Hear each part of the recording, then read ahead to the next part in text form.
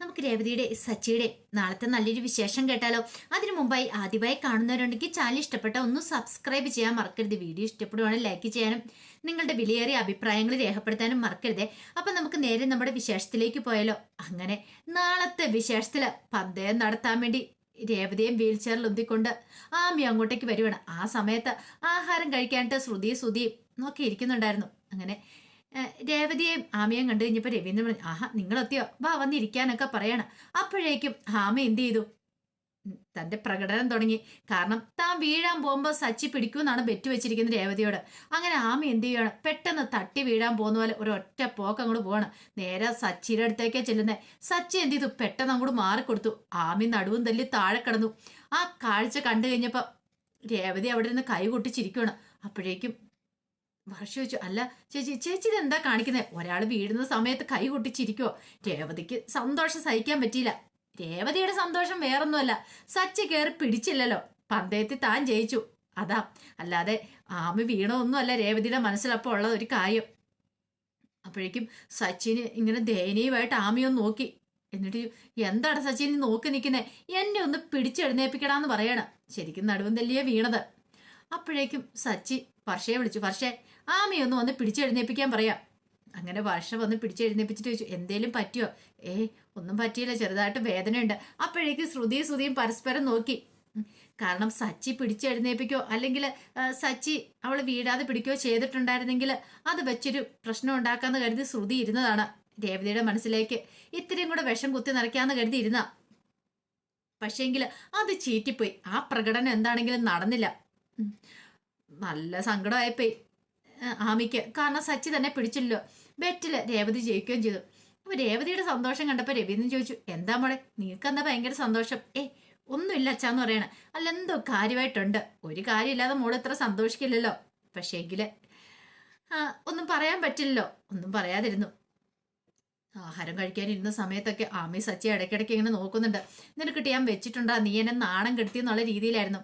അങ്ങനെ ആഹാരം കഴിച്ച് സച്ചി അങ്ങോട്ട് പോകാൻ നേരത്ത് ആമി അങ്ങോട്ട് വന്നു.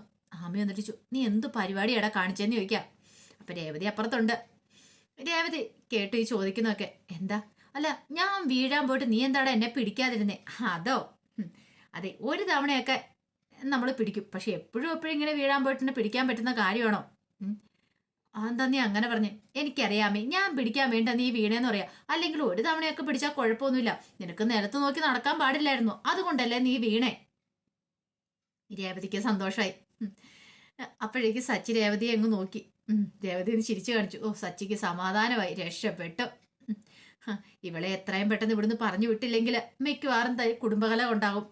താനും രേവതിയും തമ്മിൽ രേവതിക്ക് ഒട്ടും ഇഷ്ടപ്പെടുന്നില്ല. അല്ലെങ്കിലും ഏതൊരു ഭാര്യയ്ക്ക് ഇഷ്ടപ്പെടുന്നത് തന്റെ ഭർത്താവിന്റെ അടുത്ത് ഒരു അന്യ പെൺകുട്ടി എത്ര ഫ്രണ്ട്ഷിപ്പ് ആണെങ്കിൽ പോലും അവൾ അടുത്തിടപഴകുന്ന ഇങ്ങനെ കണ്ടു കഴിയുമ്പോൾ ആർക്ക് സഹിക്കാൻ പറ്റില്ല. തന്നെക്കാൾ കൂടുതൽ പ്രാധാന്യം മറ്റൊരു പെൺകുട്ടിക്ക് കൊടുക്കുക എന്ന് പറഞ്ഞാൽ പിന്നെ അവൾ ഒരിക്കലും അടങ്ങിയിരിക്കില്ല. ഏത് വിധേനം അത് തകർക്കാനേ നോക്കുള്ളൂ. അതുപോലെ തന്നെയാണ് രേവതി ഇവിടെ ചെയ്തത്. വേറെന്തേലും സഹിക്കും, എന്ത് വേണം സഹിക്കും. ചന്ദ്രമതി എത്ര പണിയെടുപ്പിച്ചാലും രേവതി സഹിക്കും. ഇനി എന്തൊക്കെ ചന്ദ്രമതി പറഞ്ഞാലും സഹിക്കും. പക്ഷെ തന്റെ സച്ചേണ്ണെ വേറൊരു പെൺകുട്ടി കൊത്തിക്കൊണ്ട് പോകുന്ന ഒരിക്കലും രേവതിക്ക് നോക്കി നിൽക്കാൻ പറ്റില്ല. അത് രേവതിക്കെന്നല്ല ഒരു പെണ്ണിന് സഹിക്കാൻ പറ്റുന്ന കാര്യമില്ല.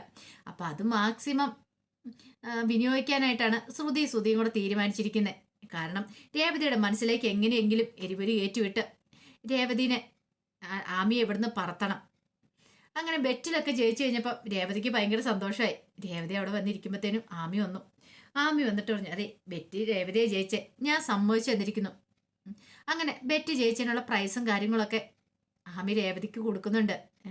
നമ്മൾ രണ്ടുപേരും ബെറ്റ് വെച്ചല്ലേ. ആ സമയം രേവതി പറഞ്ഞു, എനിക്ക് എൻ്റെ സച്ചേനെ അറിയാം, അതുകൊണ്ടാണ് ഞാൻ പറഞ്ഞു ഞാനും ബെറ്റ് ജയിക്കുള്ളെന്ന് 100% വിശ്വാസത്തോടു കൂടി പറഞ്ഞത്. അപ്പോഴേക്കും ആമി പറഞ്ഞു, എൻ്റെ പഴയ സച്ചി ആയിരുന്നു, ഇങ്ങനെയൊന്നും ആയിരുന്നില്ല. ആ സമയം രേവതി പറഞ്ഞു, അത് പഴയ സച്ചേട്ടൻ. ഇപ്പൊ പക്ഷെ അങ്ങനെയല്ല, സച്ചേട്ടൻ വിവാഹം കഴിച്ചു, ഞാൻ സച്ചേട്ടൻ്റെ ഭാര്യയാ.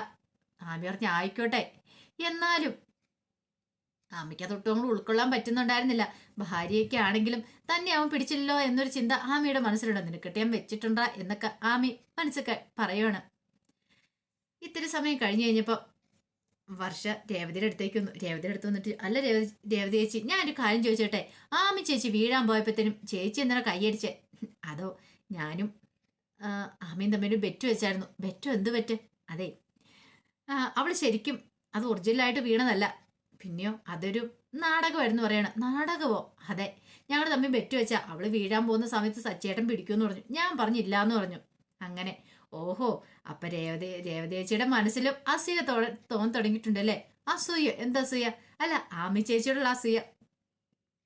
ആമി ചേച്ചി സച്ചേട്ടനും അടുത്തിടപഴകുന്ന രേവതി ചേച്ചിക്ക് ഇഷ്ടപ്പെടുന്നില്ലല്ലേ? പിന്നെ അങ്ങനെയൊന്നുമില്ല. വേണ്ട വേണ്ട, എന്റെ അടുത്ത് കള്ളത്തരം പറയണ്ട, എനിക്ക് മനസ്സിലാവുന്നുണ്ട് ഇതൊക്കെ. അത് കേട്ടപ്പം രേവതി പറഞ്ഞു, അല്ല അത് പിന്നെ ഞാൻ ആരോടും പറയാനൊന്നും പോകുന്നില്ല എന്നൊക്കെ പറഞ്ഞിട്ട് ഒന്ന് നീട്ടി മുള്ളിട്ട് വർഷം അങ്ങോട്ട് പോയി. കുറച്ചു നേരം കഴിഞ്ഞപ്പോൾ സച്ചി അങ്ങോട്ട് വന്നു. സച്ചി വന്നപ്പോൾ രേവതി ചോദിച്ചു, അല്ല സച്ചിയേട്ടൻ എന്തിനാ അവള് വീഴാൻ പോയപ്പോൾ കയറി പിടിക്കാത്തെ? അത് പിന്നെ നീയല്ലേ പറഞ്ഞേക്കുന്നേ അങ്ങനെ വീഴാൻ പോകുമ്പോ എപ്പോഴും കയറി പിടിക്കല്ലെന്ന്. ഓ, ഞാൻ പറഞ്ഞുകൊണ്ടാണോ സച്ചേട്ടൻ പിടിക്കാത്തെ? പിന്നല്ലാതെ. നീ പറഞ്ഞാ പിന്നെ ഞാൻ അനുസരിക്കണ്ടേ? ആ സമയം രേവതി പറഞ്ഞു, ബെറ്റ് ഞാനാ ജയിച്ച. ബെറ്റിലോ? അതെ, ബെറ്റ് വെച്ചിട്ടുണ്ടായിരുന്നു ഞാനും ആമയും തമ്മില്. ആ ബെറ്റ് ഞാൻ ജയിച്ചു. എനിക്ക് എന്റെ സച്ചേട്ടനെ അറിയാലോ. അപ്പോഴേക്കും സച്ചി പറഞ്ഞു, ഞാൻ പിടിച്ചായിരുന്നെങ്കിലോ? പിടിച്ചായിരുന്നേ ഇന്ന് ഇവിടെ ഒരു കൊലപാതകം നടന്നേനും. അത് സച്ചിക്ക് അറിയാം. സച്ചി പറഞ്ഞു, എനിക്കറിയാൻ പാടില്ല നിന്റെ മനസ്സിൽ. എന്റെ പൊന്നോ, എന്റെ മനസ്സ് നീ മാത്രമേ ഉള്ളൂ. ഞാൻ അവളോട് അടുത്തിടപഴകിയെന്നോർത്തുകൊണ്ട് നീ അതിനകത്ത് തെറ്റിദ്ധരിക്കുമൊന്നും വേണ്ട. രേവതി എന്ന് പറയാ, അല്ല അത് പിന്നെ സച്ചേട്ടാ, എനിക്കറിയാം നിന്റെ മനസ്സിൽ എന്താന്ന്. നീ തെറ്റിദ്ധരിക്കുന്ന പോലെ ഒന്നുമില്ല. അവൾ എന്റെ നല്ല ബെസ്റ്റ് ഫ്രണ്ടാ.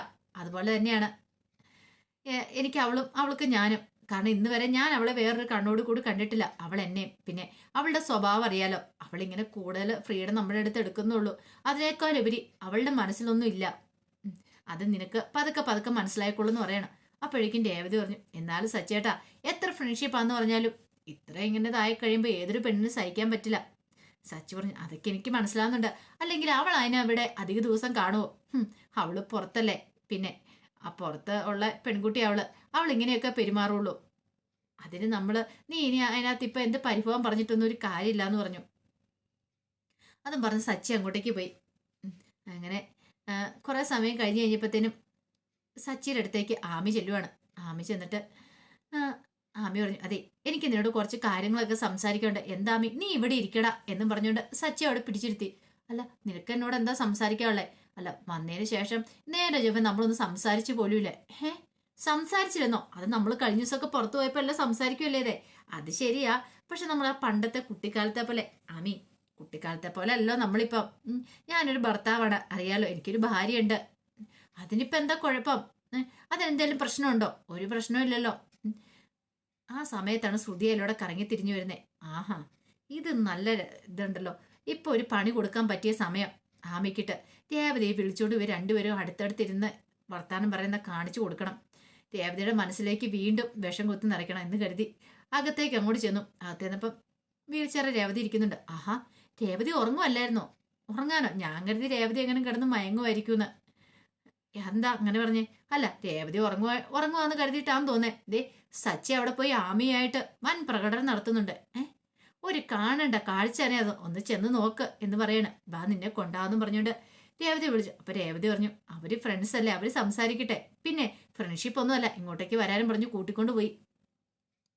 അങ്ങനെ കൊണ്ടുവന്ന് കഴിഞ്ഞപ്പോഴത്തേനും ആമി സച്ചിയുടെ തോളത്ത് കൈയൊക്കെ ഇട്ട് സംസാരിച്ചോണ്ടിരിക്കുന്ന കാഴ്ചയെ കണ്ടേ. അത് കണ്ടപ്പോഴത്തേനും രേവതിക്ക് ഭയങ്കര വിഷമായി.